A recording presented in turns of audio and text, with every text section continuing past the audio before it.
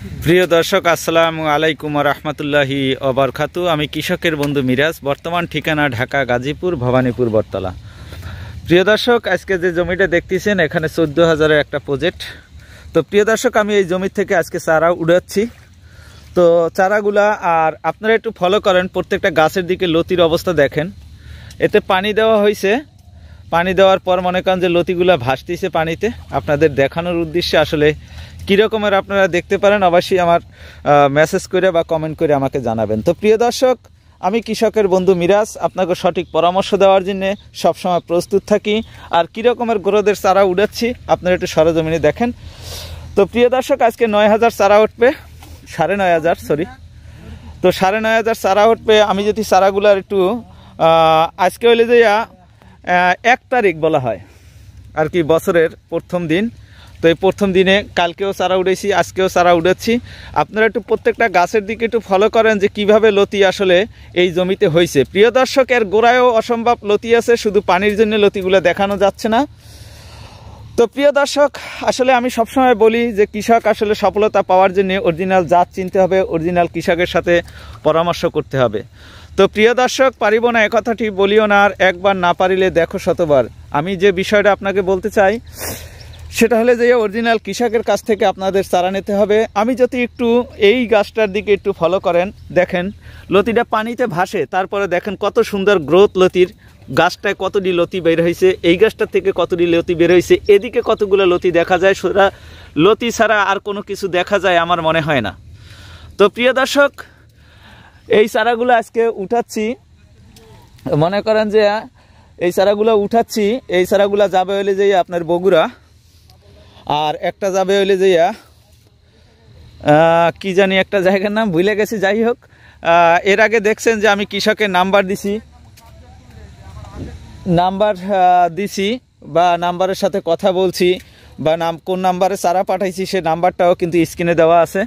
তো প্রিয় দর্শক, আমি কৃষকের বন্ধু মিরাজ, আপনারা একটু গাছগুলো ফলো করবেন। তো এখন হইলে যে জমি নির্বাচন, আসলে যে জমিতে সেচ এবং নিষ্কাশনের ব্যবস্থা ভালো আছে আপনারা অবশ্যই সেই জমি নির্বাচন করবেন। কোনো উঁচা জমিতে কচু চাষ করবেন না। যদি উঁচা জমিতে কচু চাষ করেন তাহলে ঘাস হবে প্রচণ্ড, আপনাদের প্রচুর ঘাস হবে। প্রচুর ঘাস হইলে আপনারা ক্ষতিগ্রস্ত হবেন।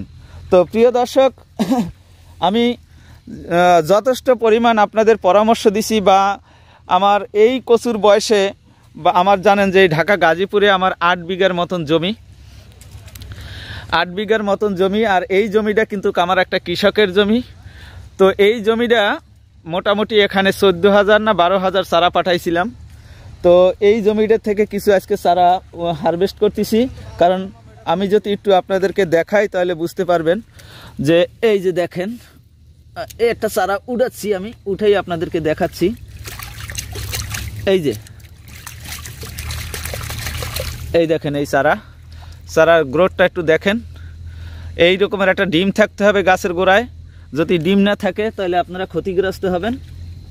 আর একটা চারা উঠেছি, দেখেন এই যে 2টা চারা উঠেছি, 2টা চারা গোড়ায় কীরকমের লতি বেরিয়েছে দেখেন অবস্থা, ফুইডা লতি বেরিয়েছে। প্রিয় দর্শক, এখন শীতের দিন, তারপরও মনে করেন যে এই লতিগুলা বের হয়েছে।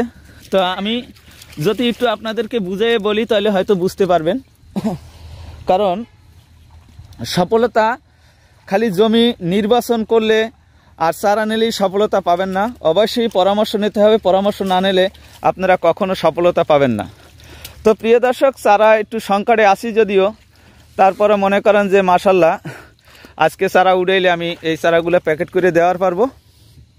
আর সবচাইতে গুরুত্বপূর্ণ কথা হলো কি, যে আপনারা এই সময় বাড়ি লতিরাজ 1 যেটা এইটা রোপণ করবেন, যেটা কপালে কালো তিলা। আর বৈশাখ মাসে আমি অন্য একটা জাত নির্ধারণ করছি, সেটা হইলে যে যশোরের লতিরাজ। ওটা আমার জমিতে আছে, অনেক চারা আছে, কিন্তু ওটা চারাটা এখন রোপণ করা যাবে না। প্রিয় দর্শক, ওই যে 8টা দেশে দেখেন ওই হাতের করে সাইদুল, ওই গাছটায় কয়টা লতি আছে একটু দেখাও দি।